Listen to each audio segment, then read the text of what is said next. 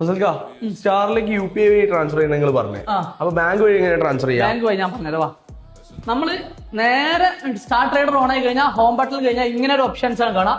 അവിടുന്ന് നമ്മൾ നേരത്തെ ചെയ്തപോലെ തന്നെ ഫണ്ട്സ് ക്ലിക്ക് ചെയ്യാം.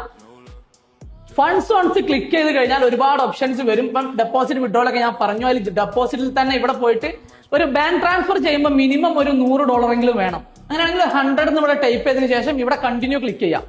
അങ്ങനെ കണ്ടിന്യൂ ക്ലിക്ക് ചെയ്ത് കഴിഞ്ഞാൽ നമ്മൾ നെക്സ്റ്റ് ഓപ്ഷനിലേക്ക് പോകും. അങ്ങനെ ജസ്റ്റ് ഡെപ്പോസിറ്റ് ക്ലിക്ക് ചെയ്ത് കഴിഞ്ഞാൽ നമുക്ക് ഒരുപാട് ഓപ്ഷൻസ് വരും. അതിൽ ലോക്കൽ ബാങ്ക് ട്രാൻസ്ഫർ നമ്മൾ സെലക്ട് ചെയ്തതിനു ശേഷം ഇവിടെ ഒരുപാട് UPI ഉണ്ട്. ഇവിടെ ഇന്ത്യ ലോക്കൽ വയർ ട്രാൻസ്ഫർ ഇതിൽ ക്ലിക്ക് ചെയ്തതിനു ശേഷം കണ്ടിന്യൂ ക്ലിക്ക് ചെയ്യാം.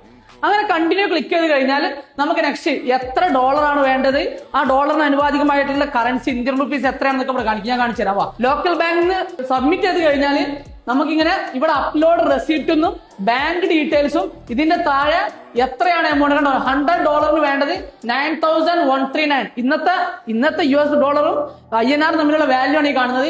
ഇത് ജസ്റ്റ് നിങ്ങൾ ചിലപ്പം വലിയ എമൗണ്ട് ഒക്കെ ചെയ്യുകയാണെങ്കിൽ ബെനിഫിഷ്യറി ആഡ് ചെയ്യേണ്ടി വരും.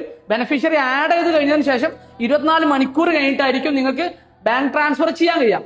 അങ്ങനെ ബാങ്ക് ട്രാൻസ്ഫർ ചെയ്യുകയാണെങ്കിൽ പോയും എന്നാണോ എപ്പോഴാണോ ട്രാൻസ്ഫർ ചെയ്യുന്നത് അപ്പോഴൊക്കെ ബാങ്ക് അക്കൗണ്ട് ഇത് തന്നെയാണെന്ന് കൺഫേം ചെയ്തതിനു ശേഷം ബാങ്ക് ട്രാൻസ്ഫർ ചെയ്യാം.